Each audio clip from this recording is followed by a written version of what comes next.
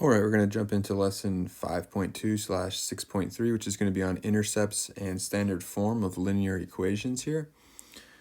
And so we'll start by looking at y-intercept. Okay, we've talked about y-intercept before, but the y-intercept is going to be the initial value. When we have our slope-intercept form, it's the b value. Okay? And to find the y-intercept, we'll just set x equal to 0, right? So plug in 0 for x, because that'll be where our graph crosses the y-axis, which is where the y-intercept lands. Similarly, we have the x-intercept, and the x-intercept is often called the zeros or the roots. And to find the x-intercept, we'll set y equal to 0, plug in a 0 for y, and go ahead and evaluate and find our x-intercepts that way. We've also talked about standard form of linear equations before, and so our standard form looks like this. As a reminder, ax plus by equals c. Okay, and then there's one piece that I want to remind you of, and that's that when we have standard form, we should have no fractions. So we're trying to eliminate the fractions, okay, and then also notice the difference here between slope-intercept form is that with standard form, we have x and y on the same side of the equal sign. So I'm just going to make a note about the no fractions.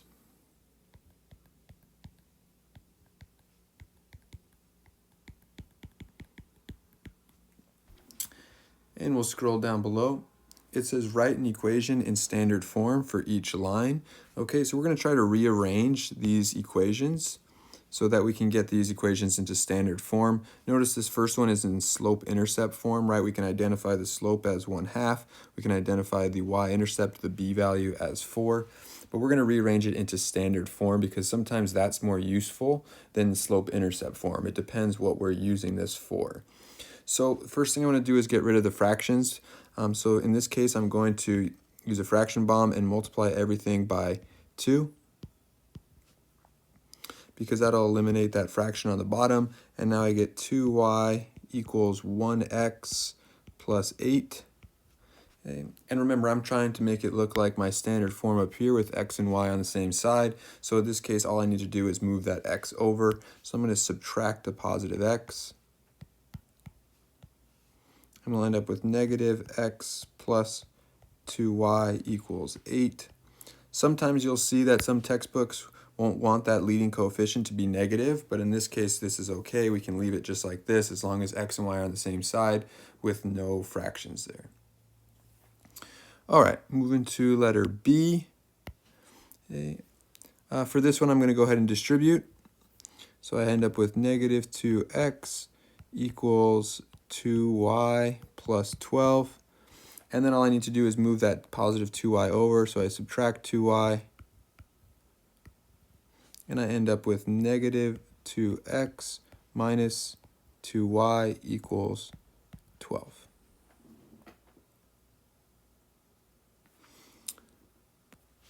I'll box these up so we have them there, nice and neat.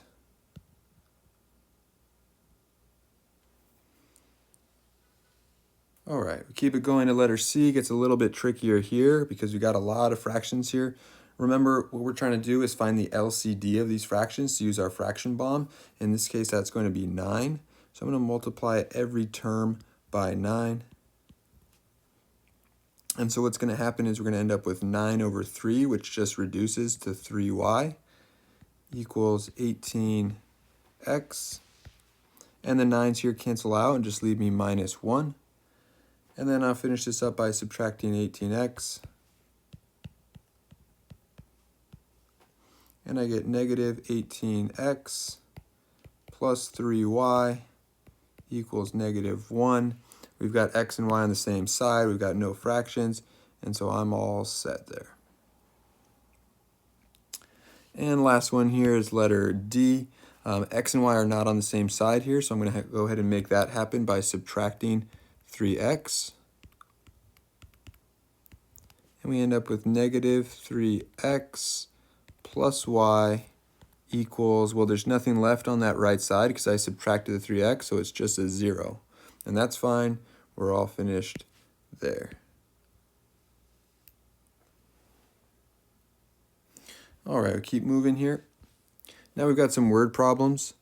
and they want me to model these scenarios using our standard form. It says, write an equation in standard form to model the situation. Your school sells adult and student tickets to a school play. Adult tickets cost $15 and student tickets cost $4. The total value of all the tickets sold is $7,000. So we've got two variables here. We've got adult tickets and we've got student tickets, and they have different rates or different costs here. So we have $15 for adults and $4 for students. And so when we have something like this with two variables with different rates, it's going to be nice if we can set up our equations in standard form. So I'm going to use X to represent the adult tickets.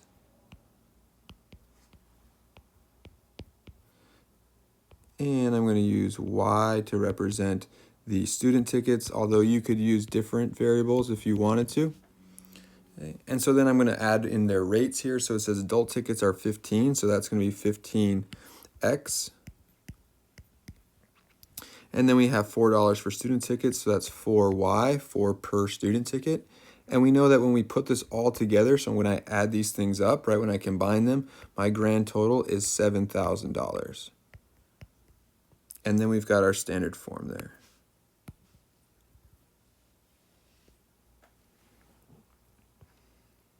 All right, scrolling down to letter B, we're going to set something up similar. It says a restaurant needs to plan seating for a party of 150 people. Large tables seat 10 people and small tables seat 6. So we've got two variables again, large tables and small tables. I'm going to let X represent the large tables.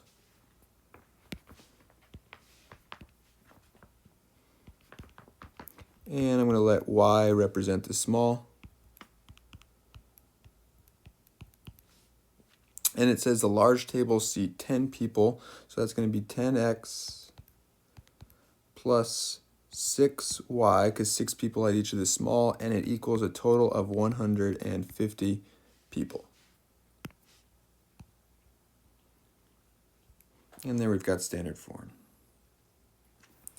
All right, moving down to examples 3, it says use the information given to write a linear equation in standard form. And then it gives me a hint. It says write in slope-intercept form first. Because remember, if we can rewrite it into slope-intercept form, so let's do this. If we can write it in slope-intercept form, remember that's the y equals mx plus b that we looked at last lesson, then we can just rearrange it into standard form. So that's what I'm going to shoot to do. So first I know that m is equal to 3. I also need b here, which is my y-intercept. I don't know it, so I got to go to a BMXY chart that we talked about last lesson.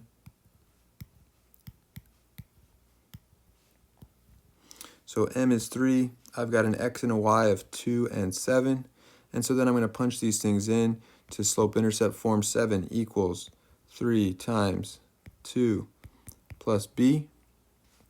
That's going to give me 7 equals 6 plus b. Subtract 6 to the other side, and I get b equals 1. Okay, and so then my slope-intercept form is going to be y equals 3x plus 6, plus 1. 3x plus 1, because that was my b value. And now I need to rearrange this into standard form, which means x and y need to be on the same side. So I'm going to subtract 3x from both sides, and I get negative 3x plus y equals 1. So note, I first found my slope-intercept form because we can do that using the BMXY chart, and then I rearranged it into standard form after. All right, let's check out the next one here. Same idea. We need to write this in standard form. Again, we don't have any information except for 2 points. Now, if you're really sly, you might notice that we've got this point 0, 2, which actually is some really helpful information, but you might not recognize that, and I'm going to assume that we don't recognize it. Okay, so I'm going to go ahead and set up our BMXY chart.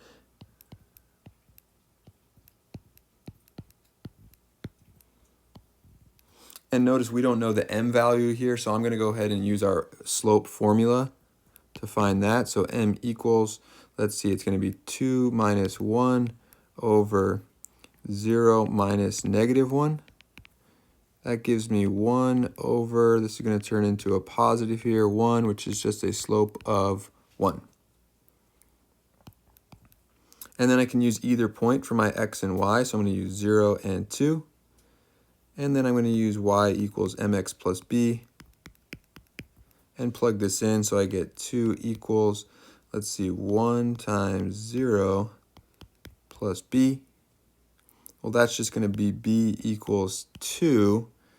And so I end up with my y-intercept there, which is why I said if you were really sly in the beginning, you would have noticed that 0, 2 is actually the y-intercept because it's 0, comma, a number, which means it's on the y-axis. And so now we end up with our equation of y equals, our slope is 1, so that's 1x plus 2.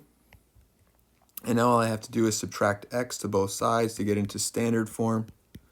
And so I get negative x plus y equals 2.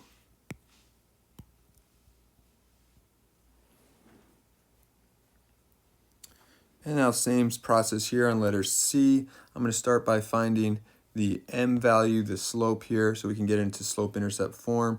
So that's going to be 2 minus 7 and 8 minus 9.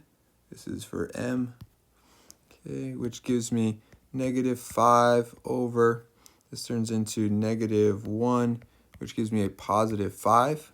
So I can add this to my BMXY chart.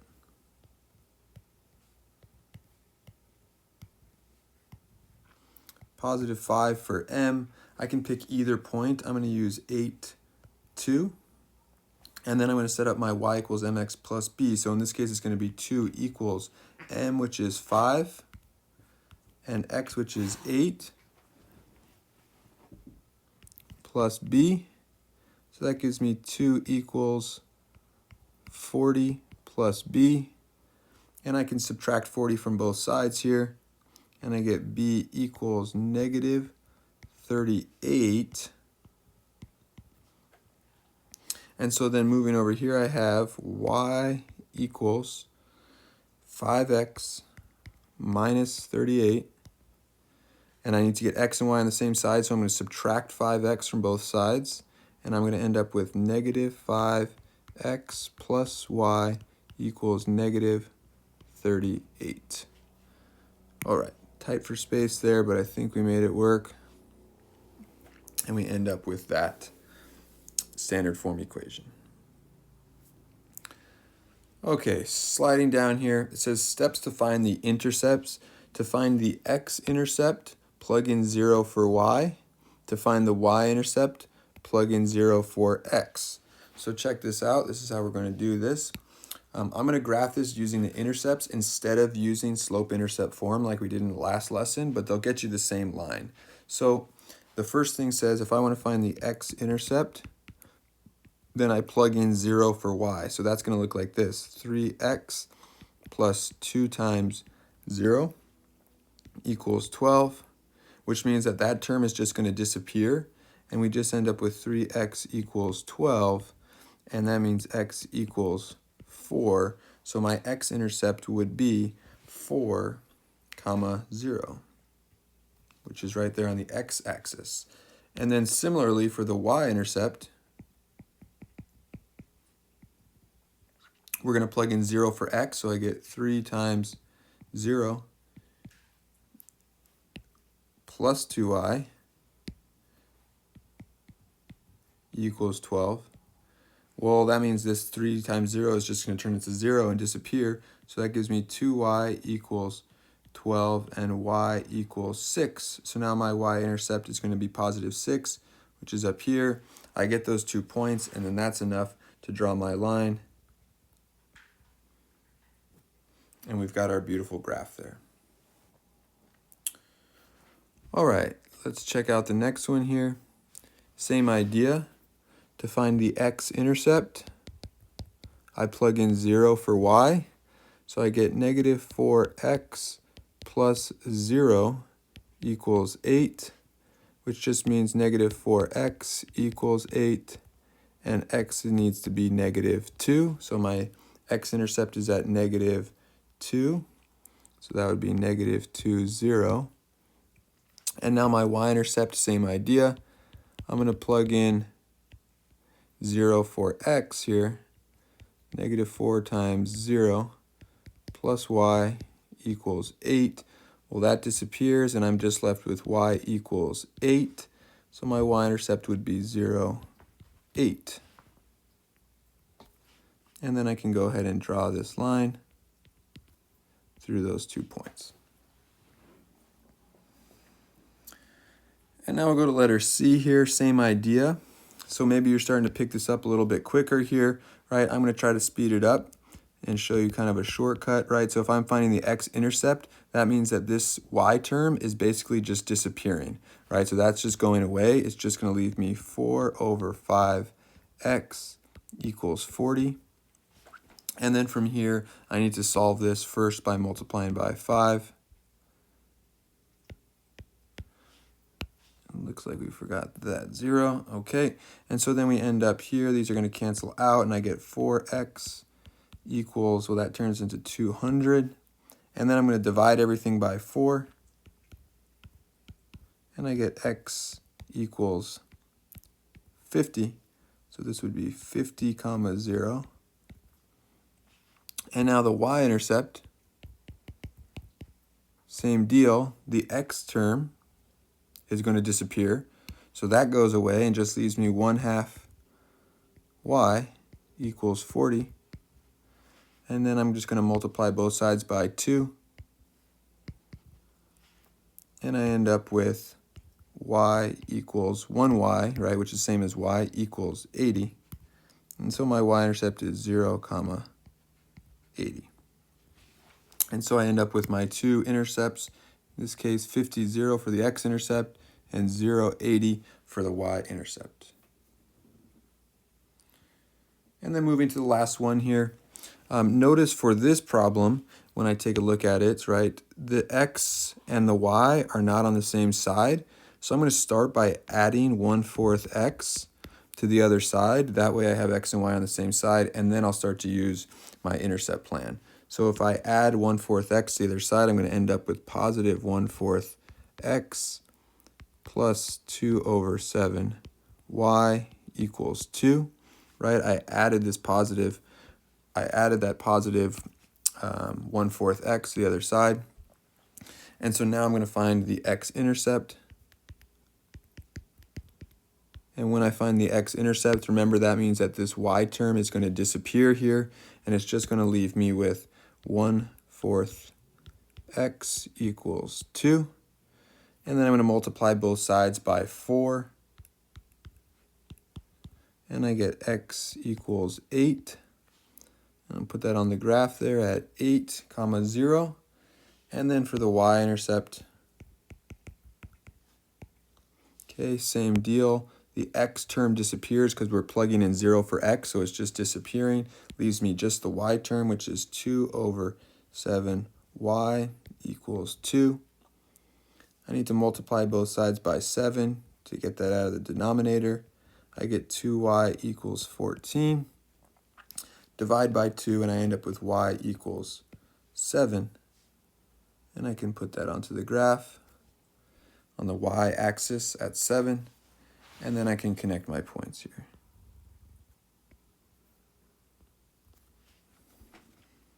All right, thanks for watching.